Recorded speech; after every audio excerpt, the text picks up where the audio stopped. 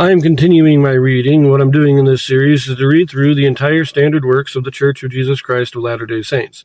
This consists of the Bible, the Book of Mormon, the Doctrine and Covenants, and the Pearl of Great Price. I am reading in a chronological order of events, not according to publication or volume, so I will be skipping around just a little bit as I move along. Right now, I am in chapter 3 of the second book of Samuel. It's a tiny bit long, and I want to split this one into two different videos. Should be somewhat short videos. Let us get into it. 2 Samuel chapter 3. Now, before I get into it, recall that Israel is now divided into two kingdoms. We have David reigning over Judah in the south, and the rest of Israel is pledged to the son of Saul, Ishbosheth. Abner, who was the chief captain of Saul's army, is the chief captain of Ishbosheth's army. And they just recently had a big battle between Abner and Joab, who was the chief captain of David's army.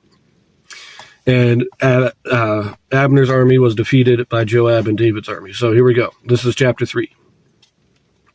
The houses of David and Saul engage in a long war. David waxes stronger. Abner joins David, but is slain by Joab. David mourns for Abner. Now there was a long war between the house of Saul and the house of David. But David waxed stronger and stronger, and the house of Saul waxed weaker and weaker. And unto David were sons born in Hebron, and his firstborn was Amnon, of Ahinoam the Jezreelitess, and his second Chileab, of Abigail, the wife of Nabal the Carmelite, and the third Absalom, the son of Maacah, the daughter of Talmai, king of Geshur.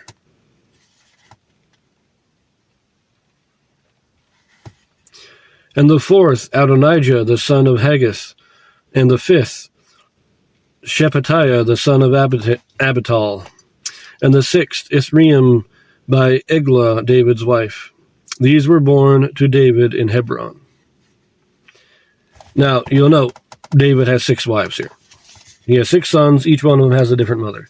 Meaning, most likely, that these 6 sons were all born very close together.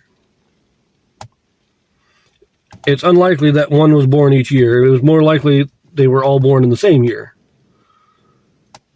with all 6 of the women being pregnant at the same time, or at least their pregnancies overlapping significantly with each other.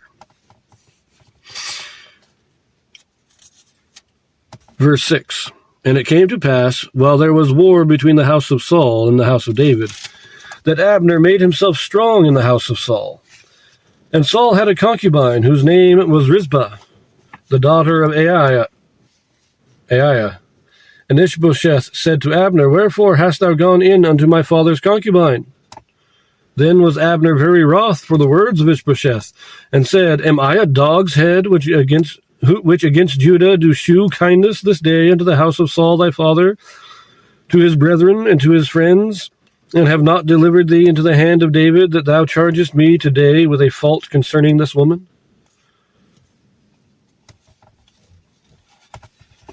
So do God to Abner, and more also, except as the Lord hath sworn to David, even so I do to him, to translate the kingdom from the house of Saul, and to set up the throne of David over Israel and over Judah, from Dan even to Beersheba.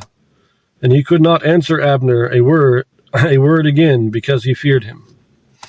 So now Abner, remember, Abner is the cousin of Saul, so he's a first cousin once removed, Ishbosheth. They are related fairly closely. And it says he made himself strong in the house of Saul. He was a influential, powerful man, not just powerful in war, but he was probably one of Ishbosheth's top advisors. And then out of the blue one day, don't know why, we're not given the exact details here, but Ishbosheth accuses him of having an affair with his father's concubine. Because when Saul died, the concubines would have been inherited by Ishbosheth. And so for Abner to be having an affair with him is almost like Abner saying, I should be king, kind of trying to take the throne from him subtly. And Ishbosheth gets upset at this, but Abner's like, why would you accuse me? Why would I be doing that? I've had so many opportunities of turning you over to David and just taking over and be, why would you accuse me of doing this?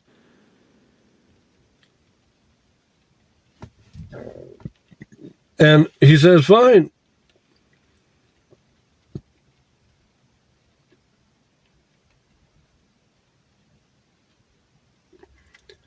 So if I did this, then let God destroy me. But Ishbosheth is scared of Abner. Abner is a powerful and influential man. He's probably about the age of Saul, too, so he's probably in his 60s. And Ishbosheth is, right now, David was king for 7.5 years. So Ishbosheth's probably 45, 46. He's probably a strong man, too, but he is still scared of Abner, who's probably 30 years older than him. Anyways, let us read just a little bit more here. Verse 12. And Abner sent messengers to David on his behalf, saying, Whose is the land? Saying also, Make thy league with me, and behold, my hand shall be with thee, to bring about all Israel unto thee.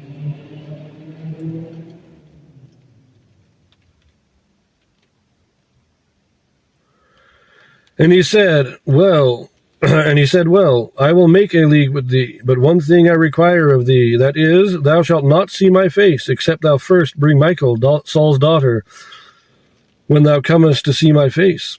And David sent messengers to Ishbosheth, Saul's son, saying, Deliver me my wife Michal, which I espoused to me for 100 foreskins of the Philistines.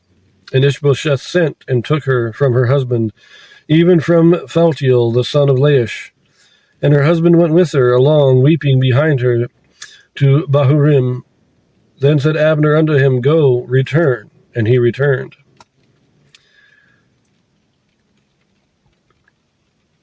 Now, I will say, I'm not sure that David was quite justified on this point. It had been many years. Saul had already kind of divorced David from Michal and married her to somebody else. This is probably 10 years later. She's been living as this other man's husband, and David just wants her back.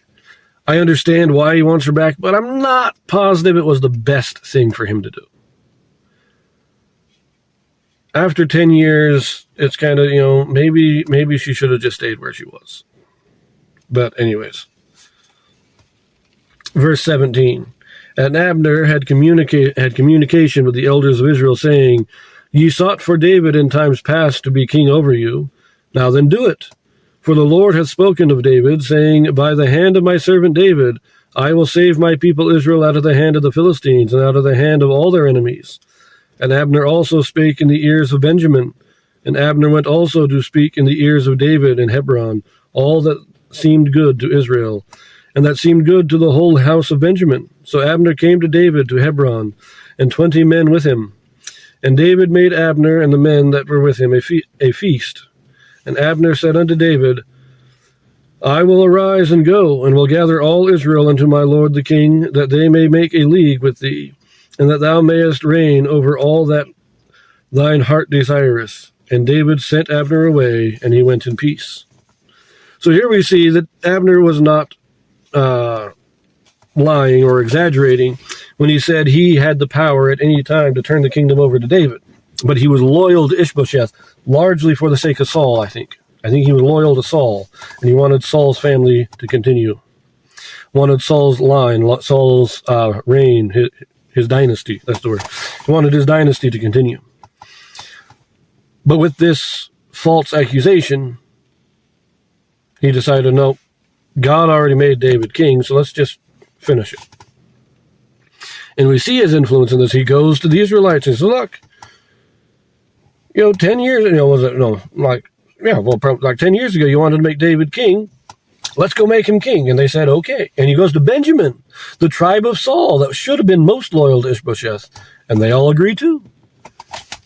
And he goes to David, and he says, David, I've already got everything lined up. They're all going to join you. David makes them a feast. They all get together. Now, because Ishbosheth falsely accused Abner, Abner went and he just gave the kingdom over to David. Now, we'll finish this chapter in the next video.